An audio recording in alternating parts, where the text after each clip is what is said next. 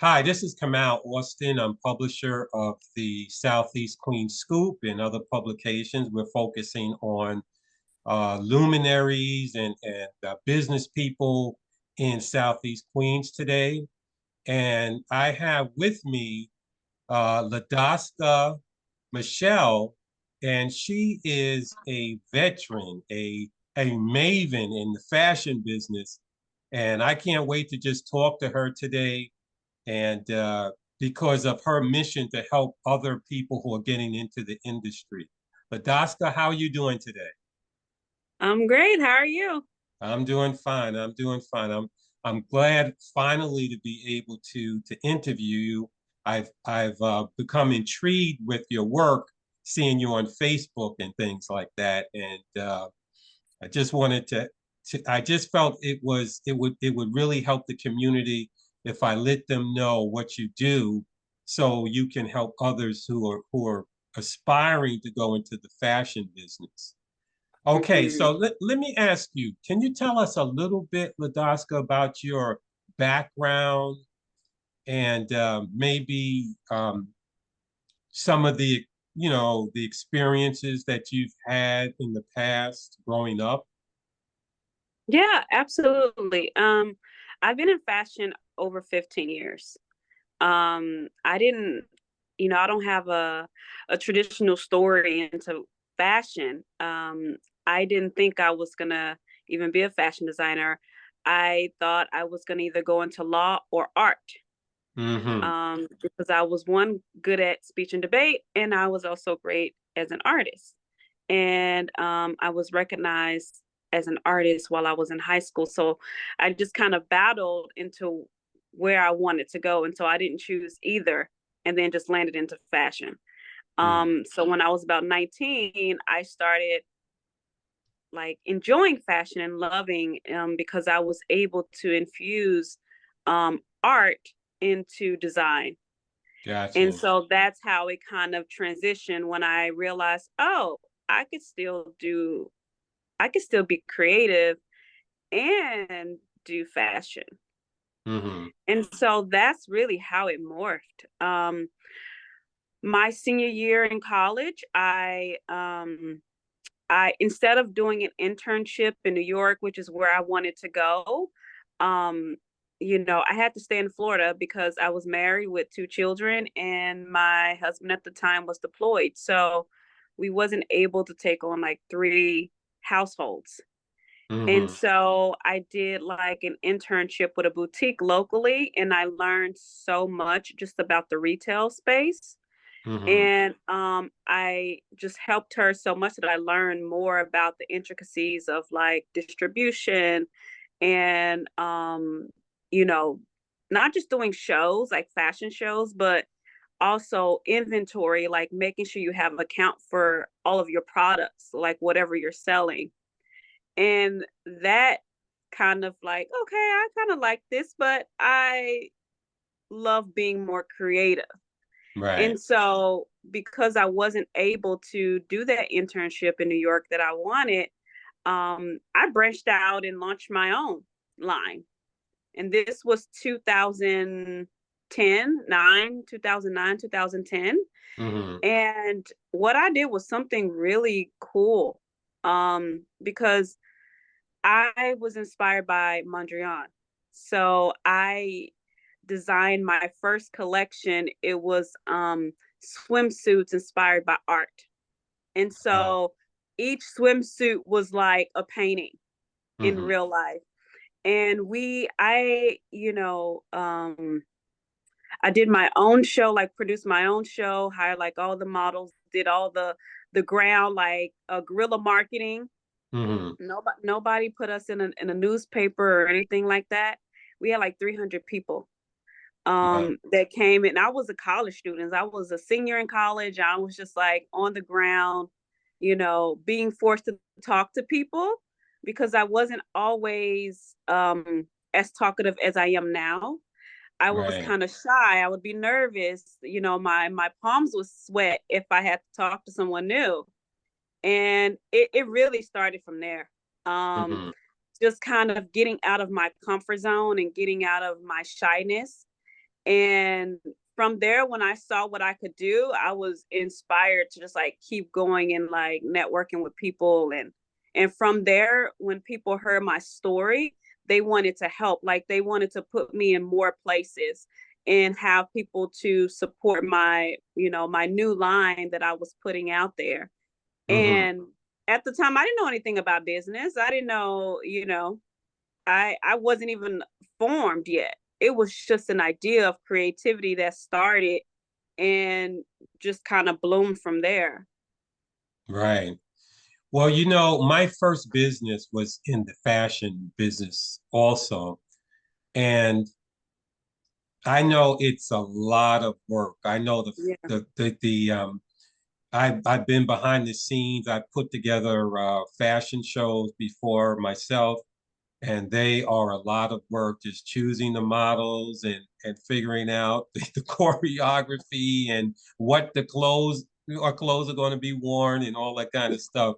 It's a lot of work. And then, Yes. as an artist, you're creating things from your mind, and then to get them, the craft to it, to get them produced and all that stuff is a lot of work, which brings me into my next question, which intrigues me about your talent and ability. My next question is, how did you find time to write a book? What Oh, inspired you to write the book? I mean, you're very busy and you're doing all these things. I mean, where did you get the time to do it? You know? yeah. That's a multi-answered question. Okay. So about 5, 6 years ago, a really great photographer friend of mine told me, you know, you should write a book about fashion. Why are you writing about food and health? You know? And I said, well, I'm not ready.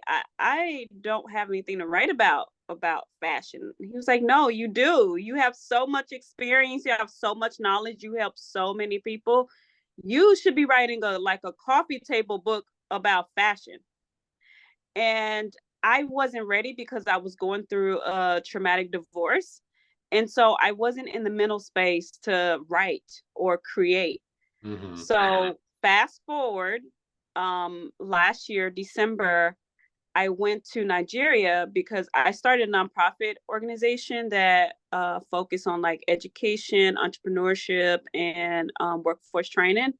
And that came about because in my manufacturing business, I noticed that 90% of creatives were lacking the foundational structure of, operating a business. So all of this was happening at the same time. Like I was praying to God about, like moving more in my purpose and, my next steps, what I should do in life. And then I was, so you're going to help a lot of people. And I didn't know at what capacity I was going to help a lot of people. Hmm. And so in December, I went to Nigeria for the nonprofit side. And I met so many just like eager, excited, like future entrepreneurs. It was like hundreds. I met like the governor, and then we went to one of the, it was like a program, an entrepreneurship program for adults in Nigeria, in Uyo. Hmm. And they were so eager, and people just coming up, taking pictures, asking me questions. And when I left, I felt like a spark of motivation, of creativity, but in a different way. Hmm. And so when I came back in January, I said, oh my God, I got to write that book, you know? Uh-huh. And I locked myself in my basement for 5 weeks. I didn't take on any new clients. I basically kind of like just shut off to the world. I didn't go out anywhere. It was as soon as I woke up, I was typing. As soon as I went to bed, right until I fell asleep. Mm. And Wow. once I started writing, I couldn't stop. And so once I finally stopped, it was like 5 weeks later. Amazing. And I didn't realize how much information that I had in my brain to share with people. Right. I know I verbally, vomit a lot of information sometimes, but I just didn't realize how much information I had in me to share. But it was necessary and important information to share, especially within our community, because those 90% of people that didn't have the foundational structure of their business, it was mostly people that look like us. I understand. And um and what I would see I in having the manufacturing company for 4 years is that they're creative. Like, they have all these ideas, things that they want to do, but then they don't prepare their personal life, or like their personal finances, or certain situations or relationships in their life would affect their creativity or their business or their ability to even move to starting, like to launch, you Hmm. know, or they didn't have like the legalization of their business. It's just, oh, it's an idea. I want to do this. It's a money grab. And I'm like, well, you're not going to even reach success if you're just doing it for the wrong reasons. What is the problem that you're solving? And in my business, especially the manufacturing side, we went from 0 to 100K in our first year, and we made profit, which is unheard of. Wow, So, that's amazing. and we didn't do any marketing. It's all just been word of mouth. And so I said, these are the things that you have to think about if you want to reach success. You Hmm. know, like I said, my business, we haven't done any marketing at all. Right. And I said, if we're getting this business no marketing, imagine what's gonna happen once we do start marketing, this business. But you know, in learning the ins and outs of manufacturing, there's still so much to learn, because there's no auntie who already has a manufacturing company for 200 plus years that's been passed down into the family, where I can go, or people that look like us can go and learn the ins and outs of operating, a business such as that. You know, Right. this industry is mostly run by Asians and Indians. So for me to want to be a woman and have a manufacturing company is that's like less than 4% of women in the world that Hmm. own something of this magnitude, and then a minority or a black, that's way less than 0.6%. And Exactly. this is in the world. So it's unheard of for a woman and then a black woman to own an apparel manufacturing company. But I'm also able to see what the real problems are, and then say, okay, well, these are the steps that needs to happen, that needs to take place if you want to be successful. This is how much money you need to have. This is what your credit, this is what your personal finances need to look like. And then, okay, now comes the creativity, because just being creative without business, you're not gonna succeed. Now, if you have a more business mindset, you can succeed at just about anything, no matter what industry or sector you go into. Hmm. And so I said, well, this book needs to be the roadmap for us, or even small businesses or individuals, to read, go through step by step. As you're learning, you're writing in what your customer is, like what your brand pain points are or will be. So it's actually causing you to think about who you want to serve and what problem you want to solve, so that you can actually price point your product and market to the right person or Hmm. group of people. Right. Right. Yeah. That's very interesting. And you made some good points, because most people should realize that about 80% of businesses go out of business in 5 years. So if you were Mm-hmm. able to hit 100K and be profitable in Yeah. 1 year, that's certainly a testament to your ability and your resolve. But let me just ask you, it's sort of a digression a little bit, but the name of your book is The Fashion Disciple. What Yeah. does that mean? Where did you come up with that name? So that name actually came to me in a dream years ago, Hmm. before I ever even thought about writing a book. And I always get different names of things. Things come to me, like God speaks to me. Um, especially in my dreams. So I wrote it down. I just had it for years, just sitting there. I didn't know what that name was going to be, like what it was going to be attached to. Mm-hmm. And when I decided to go ahead and write the book, I was like, oh, I'm in fashion. I was thinking about the 12 disciples, and, I'm working on a collection on the interpretation of what if, Jesus and the 12 disciples were women. And so I was like, disciple, fashion. Okay, the fashion disciple. And then I asked a community of people on Facebook what the subtitles should be. I gave them two different options and scenarios, and they chose the subtitle. And because it's more geared to young innovators, young creators who want to start a business. Mm-hmm. And yeah, so it came to me. But then, like I said, it was sitting for a while.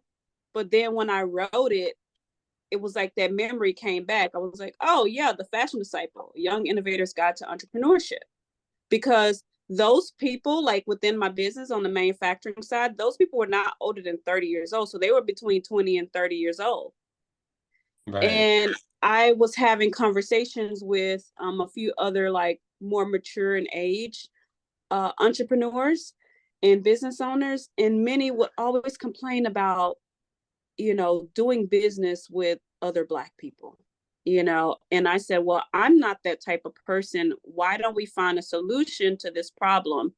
And if we're noticing, if it's like um Gen Zers, I don't know what the millennials, I don't know, between Gen Zers and millennials who are having business problems, why don't we get them before they get to this stage? So then why don't we either come up with programs or curriculums and maybe work with schools so that they're prepared, because they already have ideas right now, like when they're young. And so when they get old enough, they want to start their own business. But if they have the tools to do so, they can definitely be successful Mm-hmm. before a year three. Right. Right. Yeah. Exactly. Yeah. Yeah. Some of the things that you touched upon resonate with me because when I was in the fashion business, it's interesting. I thought my clients would be primarily, just people from, throughout the New York City area. But because the boutique was like on 47th Street, not too far from Broadway, Mm-hmm. Broadway actors, Black actors and actresses would just walk in and, they say, what's going on? You got such nice stuff here, and so what happened is that my clientele became a lot of actors in the on Broadway, off Broadway, and then people heard about me and some pretty big entertainers. I had some entertainers. They when they would come from California into New York, they would come over and they would have me size them up for certain clothing, and then uh, guys on Wall Street. And you wouldn't think that they would want to wear, like they call it bespoke now or Oh tailored yeah. Yeah, the Afrocentric tailored, well clothing. tailored. Yeah, it was Afrocentric clothing, but it was very well tailored, and and old tailoring, with Muslim, what they used to call it. I forget what the interface. It wasn't just the interfacing, but it was sewn in and all that kind of stuff. But it's been a while since I was in that business. But the point I'm trying to make is, like you say, you have to know who your clients are, who your market's going to be, and have some good business fundamentals because I was just sort of winging it, like I would Mm-hmm. I would I was an engineer during the day, but on my lunch hour I was running to get shoulder pads and lining and wool Wow. fabric, and then I would run it over to my production sewer I used to be like, I was like you. I was an artist. I knew how to draw. I would draw the suits out. This is what I wanted, and I would take it to the production sewers who were Jamaican, and then I had some African guys because I had visited Africa, Senegal, and those guys they Mhm. do traditional African clothing, but a lot of them have the French tailoring background behind them too, and they would come up with this stuff. Mhm. And then we would have women from other parts of Africa who would come into the shop and say, "Look at these African dresses I had." I said, "Oh, they're great." Then we started getting into importing too, you know, Mhm. and Mhm. it was just very interesting, like I was this guy who was an artist, but then I got into engineering. So on my time off and at night, I was running all around the garment industry and all kind of clothes and fabric. And I got burnt out. I was burnt out. Because Mhm. the boutique was making more like 3 or 4 times, and I had a pretty good engineering job. It was making 3 or 4 times what the engineering job was making. So, and then customers, oh, they're getting married. So on the weekend, it got to be a little much, and I got burnt Mhm. out. And I even made Black Enterprise did something on us called Marketing the Motherland or something back. Mhm. Mhm. And so we had a big center page ad, and that blew us up even more. But it was quite an experience, having to learn all that kind of stuff. That's why I give you major props for doing what you're doing, because I know there's a lot of work. And I'm not even talking about the fashion shows we used to do and all of that. Right, that's extra. That Whoa. building a team around that's a whole nother, separate component Right, right. But and stressor. Because exactly. things always happen day of the show, you Mm-hmm. know, and something you got to make it look like nothing is going on backstage. Somebody didn't show up. That's important. You got to make it still flow effortlessly, even if you know, things are not going as planned. Mm-hmm.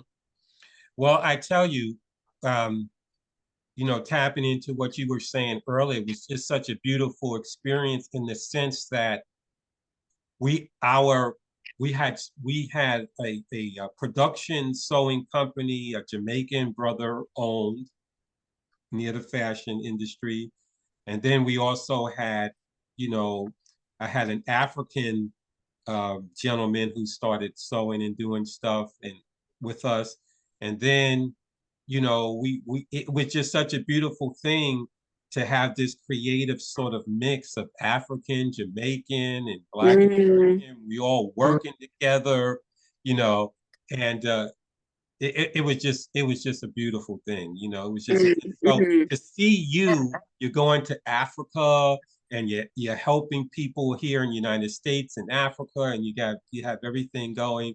It's just it's just amazing. So big props to you. And let me ask you just maybe one last question because we sort of have to wrap it up. Um, what do you say sets you apart from other companies that who doing either fashion or clothing production? That one is an easy one. Okay. For us, we eliminate all the fluff that individuals or businesses don't need. So, we look at where you are in your Mm-hmm. business or the start of creating a business, and we, customize your production process. So, whereas if you're doing business overseas, let's say you're doing business in China or India, everything is a cookie cutter formula. So, let's say you just come in with sketches and you send it to them. This is what I want to do. They'll design it, but one, you don't own anything that is created on your behalf. So let's say they make patterns and samples and all this for you. You don't get to keep the patterns. They give Mm, you a sample, and if it's not right, you have to order a new sample. Tell them what you want to be done. And if that's not right, you got to order another sample plus shipping. So gotcha. you're spending thousands of dollars per factory that you do business with until you get something right, and that's per product. Mm-hmm. right? So you're wasting a lot of money. With us, we're saving you at least 50K up front, right? In order to start a fashion business, you need at least 100 to 200K to start out. Like if you're Hmm. gonna do it right, successfully, get the right people to help you market your production, the consulting, and all that, you're gonna need at least 100 to 200K to start, right? Hmm. But most people, the average trendsetter who's creating all of these styles that people look at all over the world don't have that or the capital or investors to give you the capital necessary to start or launch a business, a Right. fashion business. Hmm. So what we do is we say, okay, well, some people they come in, they may have their patterns already and samples. They just need someone to do cut and sew.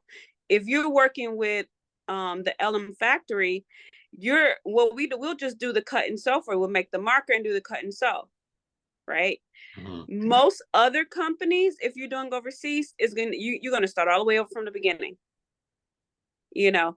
And Right. so with us, it's like, no, we're gonna see where you are and only give you the services that you need. You don't need a tech pack to do business with us. Tech packs, real tech packs cost you 2 to 10K per style. So if Hmm. you have a collection of 5 to 7, right, Hmm. that's Right. already 10 to 100, to 70,000, right? That's Hmm. just on the tech pack. So that money you could be using towards your marketing, towards your production. And so if you're using money in spaces that you don't need, you're not gonna start. You're not Yeah. gonna get to the launch phase. So we say, okay, the only thing that you really need, you don't really need sketches. I mean, we can go off sketches, but the only thing you really need is to do your pattern sample development and your grading, which is making the different sizes, your marker, and then your cut and sew. You know, those are the main services that a designer really needs. You don't need to come up with some fancy sketch. Anybody can draw like just a figure of idea of something that they want.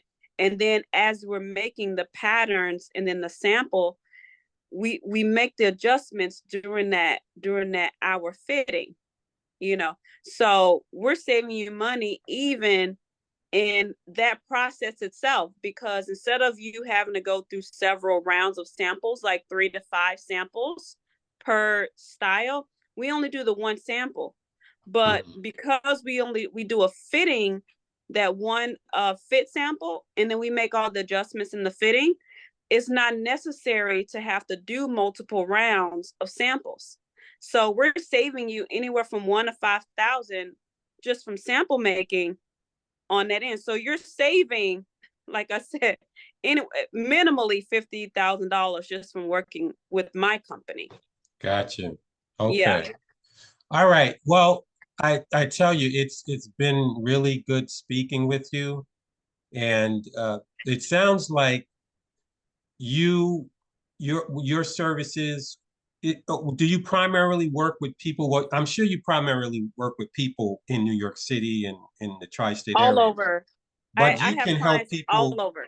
Got you. Okay, we got that.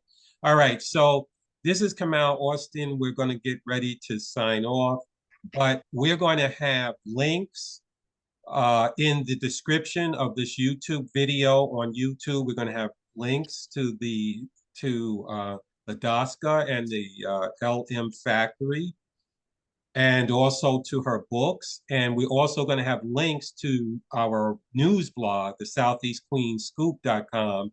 So you can go there and you can see the whole total interview that we did with her in text also, and you can get the reference links and things there. Okay, so thank you, La'Daska, for being with us, and we hope prosperity and other things to you going forward. And we're going to take both the article that we put on our blog that you've already seen, and also this video we put on YouTube and also embed into the blog. And then we're going to do promotion throughout social media, Facebook, um, LinkedIn and other places. We're going to do a promotion throughout so people draw more people to the article and to see your services. So thank you for taking time out of your busy, very busy schedule and to, inspire us and let us know the services that you provide. Thank you. Thank you. I appreciate you having me. It's been a pleasure, and I hope to talk to you soon. Yes, me too. All right. Thank you. Okay, bye. All right. Bye.